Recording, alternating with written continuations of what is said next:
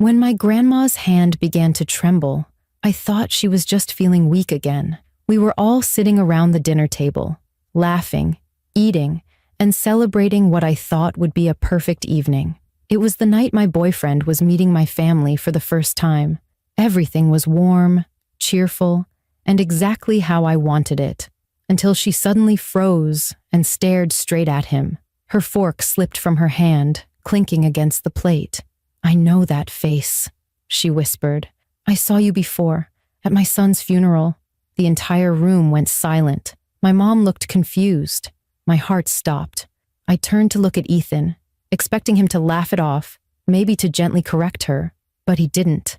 His face went pale, his jaw tight. He looked down at his plate and said softly, "She's right. I was there." In that moment, the world around me felt like it tilted. My chest tightened as if the air had been pulled from the room. If this story already has your heart racing, make sure to subscribe to the channel and tell me in the comments where you're watching from. You won't believe what Ethan confessed next. "My name is Ava Turner, and I had no idea that the man I loved was connected to the worst day of my life, the day I lost my father." That night had started so perfectly. I had spent all week preparing for it, making sure everything was just right. My mom had cleaned the house from top to bottom. Grandma Helen had baked her famous peach pie, and I had convinced Ethan that meeting my family wasn't as scary as he thought it would be. He'd been nervous, but in his usual calm way. Ethan Brooks was the kind of man who seemed too good to be true, thoughtful, quiet, and reliable. The kind of man who remembered your favorite coffee order, who noticed when you were tired without you saying a word. We'd been together for almost a year, and for the first time since my father's death, I felt truly happy again. I had met Ethan at an art gallery opening downtown. He was there with his coworkers from the architecture firm he worked for.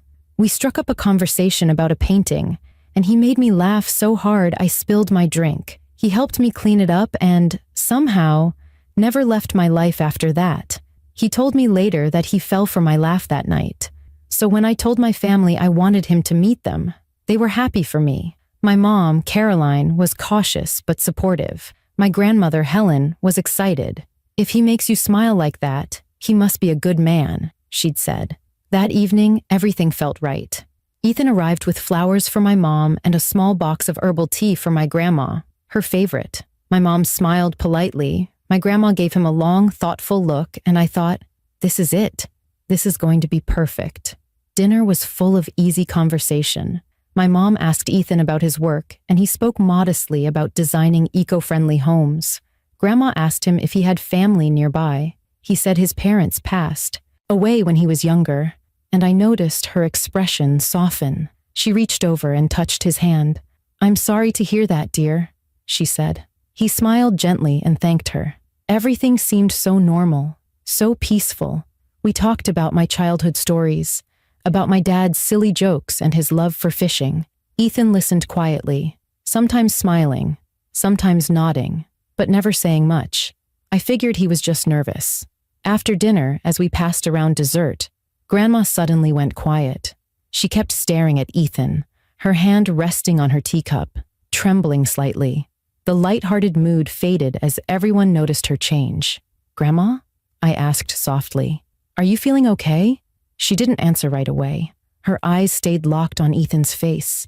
Then she said, in a voice that barely rose above a whisper, "I know you. I know that face. You were at my son's funeral."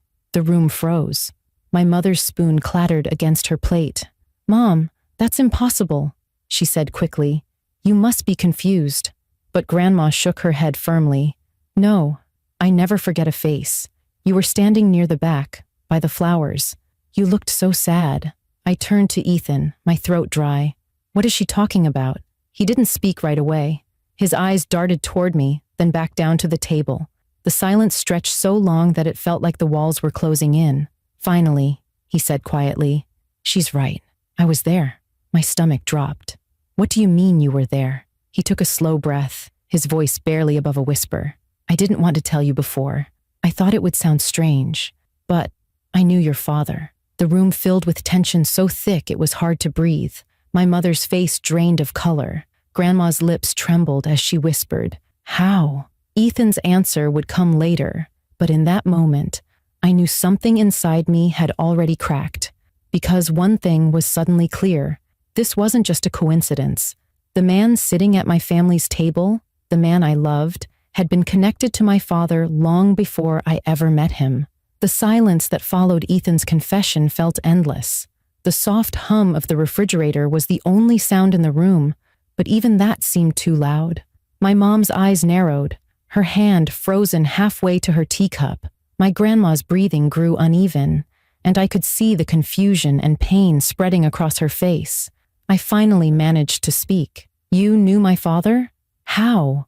Why didn't you ever tell me that?" Ethan didn't look up. He stared at the table as if the wood grain could swallow him. "He was my professor in college," he said quietly. "I studied architecture under him at the University of Tennessee. He was the best teacher I ever had. I respected him more than anyone." I blinked, trying to process his words. "My dad never mentioned you. I didn't expect him to," he said softly. "I wasn't one of his close students, but he helped me once, when I was going through a hard time. I owed him more than I ever got to tell him." The room was still thick with disbelief. My mother leaned forward, her voice tight. "If that's true, why hide it? Why would you pretend you never met him?"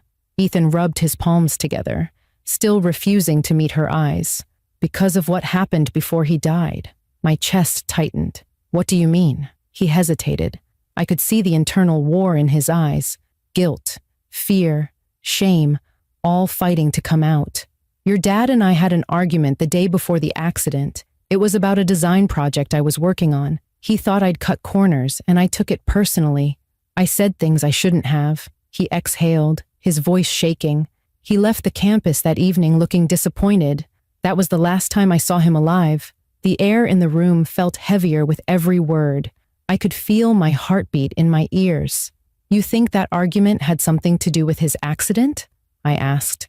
"I don't know," he admitted. "But it's haunted me ever since. I blamed myself for years. When I went to his funeral, I didn't plan to stay. I just wanted to say goodbye, to apologize, even if he couldn't hear it." My mom's voice trembled. "And you didn't think we had the right to know that before you started dating my daughter?" Ethan's face was pale. "I didn't know Ava was your daughter when we first met. Not until months later, when she showed me a photo of him on her phone. I didn't know what to do. I wanted to tell her, but every time I tried, it felt too late. I didn't want to ruin something good." His words hit me like waves, each one harder than the last. I could barely look at him. My hands felt cold. "So you've been keeping this from me the whole time? You've had a connection to my father, to his death, and you just kept it secret?" "I was afraid," he said simply. "I didn't want you to hate me." The sharp sound of my chair scraping back filled the room as I stood up. "I can't believe this." My voice cracked, and my vision blurred with tears. "You let me talk about my dad to you, how much I missed him, how much his death broke me, and you just sat there knowing you were part of it?" Ethan stood too, his voice desperate. "Ava, please. I never meant to lie to you. I thought I could move forward, that it wouldn't matter anymore." "Not matter?" My mom's voice rose. "You think it doesn't matter that you were the last person who spoke to my husband before he died?" Grandma Helen's hand was trembling again. She whispered quietly, "It's not just guilt I see in your eyes, young man. It's fear. What are you still not telling us?" Ethan froze. The color drained from his face. For a moment, no one breathed. Then he whispered, "Because it wasn't just an argument. It was my fault he drove that night." The room went completely silent. "What do you mean?" I asked, my voice shaking. He finally looked up at me. His eyes were wet and full of pain. "He wasn't supposed to drive that night. He'd offered to meet me after class to talk things through. I was the one who insisted on meeting off campus. It started raining, and he said he'd rather wait until morning, but I pushed. I told him I was leaving town soon and needed closure before I left, so he came out, even though he was tired. That's when the accident happened." My mom covered her mouth. Grandma closed her eyes, whispering something under her breath. I stood there frozen, trying to absorb every word. Ethan's voice was breaking now. "I know I didn't cause the crash directly, but I'll never stop feeling responsible for it. I didn't tell you because I thought it would destroy what we had, but every day we were together, the guilt got worse. When your grandmother recognized me, I knew it was over. I stared at him, my tears finally spilling over. You're right, I said quietly. It is. Ethan reached out as if to touch my hand, but I stepped back. For the first time, the man I had loved felt like a stranger.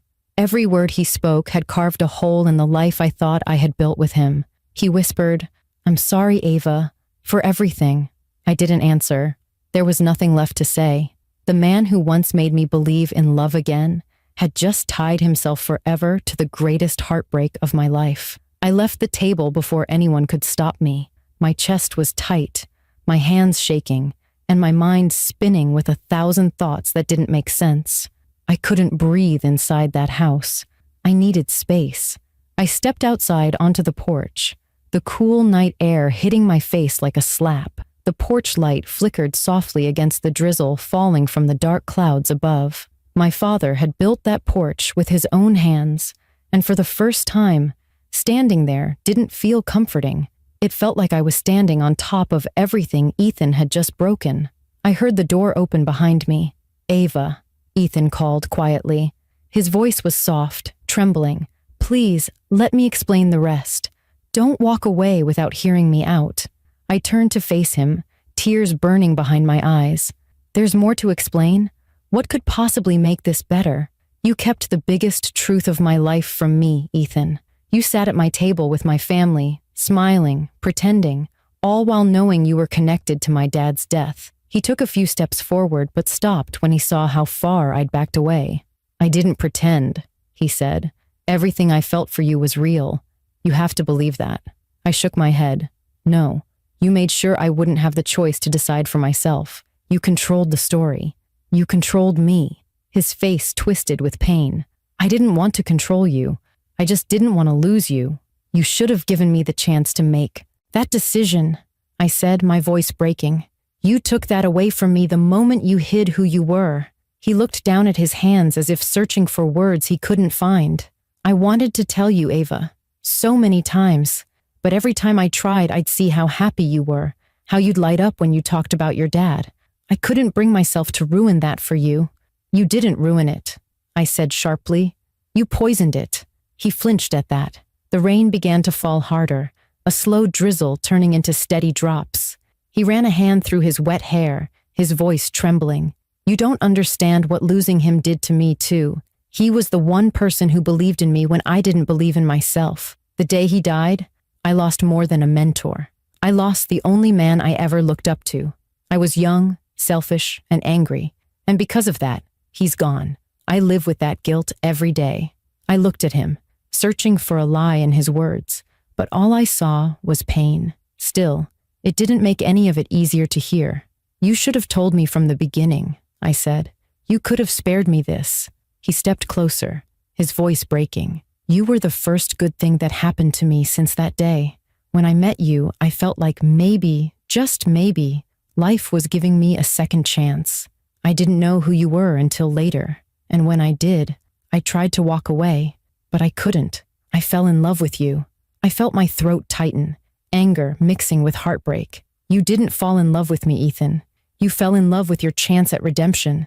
I was your way of forgiving yourself. He opened his mouth to speak, but I raised my hand. Stop. You're not the only one who lost him. He was my dad, my family's everything. And now every memory I have of him feels tainted because of you. Ethan's voice was almost a whisper. I never wanted to hurt you, but you did, I said.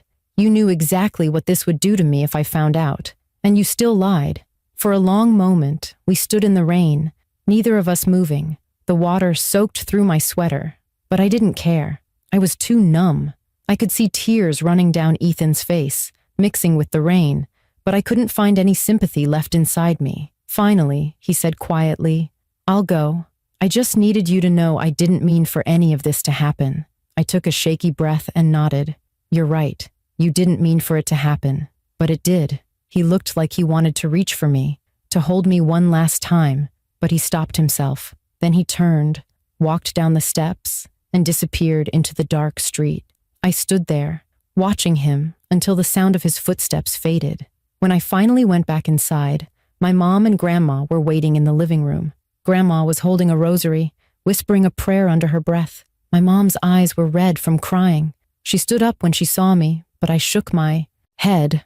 I asked him to leave, I said softly. My mom came over and wrapped her arms around me. You did the right thing, she whispered. For a long moment, I stayed in her embrace, letting the tears fall freely this time. There was no more anger left, just exhaustion, sadness, and the hollow space that used to be filled with trust. That night, as I sat by my bedroom window watching the rain, I thought about everything Ethan said. Maybe he had loved me in his own way. Maybe his guilt had turned into something real. But love built on secrets can't survive the light.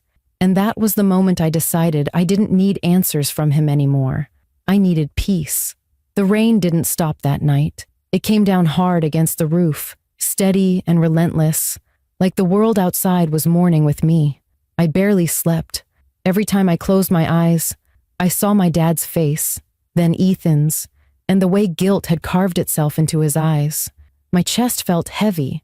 My mind stuck between disbelief and grief. By morning, the sky was gray and the air smelled like wet earth. I was sitting at the kitchen table when my mom came in. She looked tired but calm, like she'd spent the night crying quietly. She placed a mug of coffee in front of me and said softly, "He called." I froze.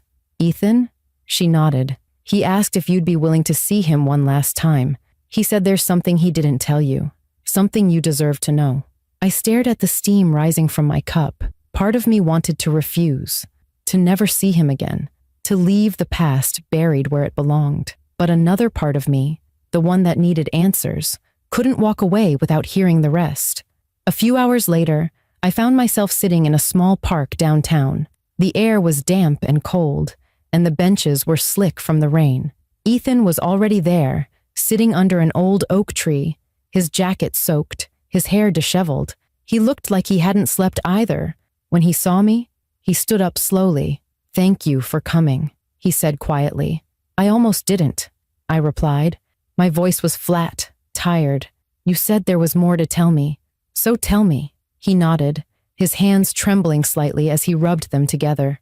"There's something I've carried for years, something I've never told anyone, not even my family." He took a breath, his voice trembling. "The night your father died, he wasn't just coming to meet me for a discussion. He was meeting me because I'd gotten into trouble." I frowned. "What kind of trouble?" Ethan's gaze dropped to the ground. "I'd been accused of plagiarizing part of my senior project. It wasn't true, but the situation looked bad. I was scared I'd lose my degree. Your dad agreed to meet me after hours to talk it through. He said he believed in me and wanted to help clear my name. But when we met, I told him I was thinking of dropping out instead. I said some awful things, that it was his fault for being too hard on me, for pushing me to be better than I could be." He paused, his breath catching. He didn't argue. He just looked disappointed. And then he told me something I'll never forget. He said, "When you run from truth, it finds you in ways you won't like." Then he got up, told me to go home and think, and he left. My throat tightened. I found out later that he died less than an hour after that. Ethan continued, his voice breaking. "I went to the funeral because I couldn't live with what I'd said. I wanted to tell your family the truth, to tell them how much he helped me. But I couldn't even look at your mom without feeling sick, so I stayed in the back and left before it ended." He wiped his face with his sleeve. "When I met you years later, I didn't realize who you were. Not until that night you showed me a photo of him on your phone. I wanted to tell you everything right then, but when I saw how much you loved him, I couldn't bring myself to break that image for you. I thought I could live with the guilt, but I couldn't. It's been tearing me apart." For a long moment, I couldn't speak. The wind rustled through the trees, carrying the smell of wet leaves. My voice finally came out small. "So you carried this all these years?" He nodded. "Every single day. I never wanted to hurt you. I wanted to honor him by being better. You made me feel like maybe I could start over." I looked at him, my heart aching. "But you didn't let me choose to forgive you. You let me love a lie." He flinched but didn't argue. "You're right. I was selfish. I thought I was protecting you, but I was really protecting myself. Tears welled up in my eyes, blurring the park around me. Do you know what hurts most, Ethan? It's not that you argued with my dad or that you were there that night. It's that you sat across from me for months, listening to me talk about how much I missed him, and you said nothing. I know, he whispered, voice raw, and that's something I'll never forgive myself for. For a moment, neither of us spoke. Then I asked quietly, why tell me all of this now? He met my eyes, his voice breaking. Because I don't want to lie to you anymore. Because you deserve to heal with the truth, even if it means hating me forever. I stood slowly, brushing rain from my jacket. My heart hurt so much it almost didn't feel real. I don't hate you, Ethan, I said softly. But I can't love you either. Not after this. There's too much pain between us. He nodded, his shoulders trembling. I understand. I took one last look at him. This man who had once made me believe in love, who now only reminded me of loss, and turned away. As I walked out of the park, the clouds began to break apart, letting in streaks of sunlight. For the first time since that night, I didn't feel angry. I felt free. Ethan had finally told me everything. The truth didn't fix what was broken, but it gave me something to hold on to, clarity, and maybe that was all I needed to finally let go. 2 weeks passed before I felt ready to go back to my mother's house. I needed time to think, to breathe, to accept that some things couldn't be fixed, only lived with. The world outside kept moving as if nothing had happened, but inside, everything had shifted. The silence that once comforted me now felt different, no longer heavy, but healing. I realized that silence isn't always a sign of emptiness. Sometimes it's the space you need to rebuild yourself. When I arrived, the morning sun was soft, spreading golden light across the porch my father had built years ago. My mother was tending to her small garden, her hands deep in the soil, humming a song I remembered from childhood. Grandma Helen sat on the porch swing, a blanket over her knees, sipping her tea. Seeing them like that, the two women who had carried me through every heartbreak, made me feel grounded again. My mom looked up and smiled faintly. You came early, she said. I needed to, I replied, walking up the steps. I wanted to talk to both of you. Grandma motioned for me to sit beside her. You look better, she said gently. Still sad, but stronger. I am stronger, I said, but I'm still learning how to feel okay with everything. They waited for me to continue, and for a moment, I didn't know where to begin. The air was filled with the scent of wet earth and the faint sound of birds in the distance. Finally, I took a deep breath and said, I met Ethan one last time. My mom's face tightened, but she didn't interrupt. He told me the full story, I continued. He wasn't lying about my dad being his professor. He wasn't lying about being at the funeral. But there was more. He was meeting Dad the night he died. They argued. He blamed himself for that accident all these years. Grandma's eyes closed and she whispered, So that's why his face looked haunted. He was carrying guilt. Yes, I said quietly. And he finally told me everything. I think he needed to set himself free. And so did I. My mom sighed, her expression softening just slightly. You did the right thing, Ava. Hearing the truth doesn't always bring comfort, but it brings clarity. I nodded, watching the sunlight flicker through the trees. I thought I wanted to hate him for what he did, for keeping it from me, but I don't. I can't, because hate keeps you trapped in the same pain you're trying to escape. Grandma reached over and took my hand. Forgiveness isn't for them, my dear. It's for you. Her words settled in my chest, like a quiet truth I'd always known, but never said out loud. For the first time since everything happened, I felt the tightness in my chest begin to loosen. Later that day, I went to the cemetery. The ground was damp from last night's rain, and small patches of sunlight danced across the marble stones. My father's grave was covered with fresh lilies. Someone must have come before me. Maybe my mom, maybe Grandma, or maybe even Ethan. The thought didn't make me angry anymore. I knelt down, brushing away a few fallen petals, and whispered, Dad, I think I understand now. You taught me that truth and love both take courage. And maybe what happened wasn't just about loss. It was about learning that courage means facing what hurts, even when it breaks you. The wind picked up gently, moving through the trees like a quiet sigh. I stayed there for a while, letting the calm settle around me. When I got home, I found a letter on my porch. My name was written in Ethan's handwriting. My heart ached as I opened it, unsure what to expect. It was short, just one page. He wrote that he was leaving town, starting fresh somewhere new, and that he hoped one day I'd remember him not for what he took from me, but for what he tried to make right.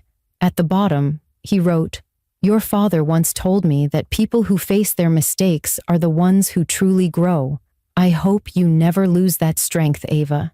I folded the letter and set it in a box with a few of my dad's old photos, the ones where he was smiling, building, teaching me how to live with purpose.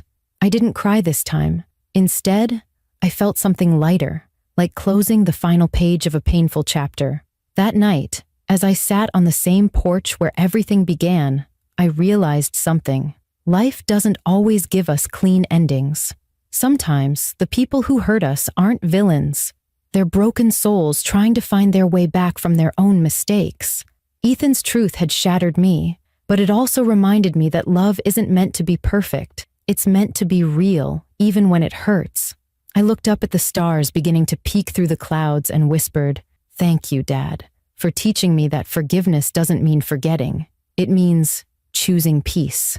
I finally felt ready to let go, not just of Ethan, but of the pain, the anger, the endless questions that had kept me awake at night. I didn't need all the answers anymore. I just needed to live again, with honesty, with grace, and with the quiet strength my father had left behind in me. And as the night air grew still, I smiled through the ache and knew that somehow I was going to be okay. If this story touched your heart, make sure to subscribe to the channel and tell me in the comments where you're watching from, because sometimes the hardest stories to hear are the ones that teach us how to heal.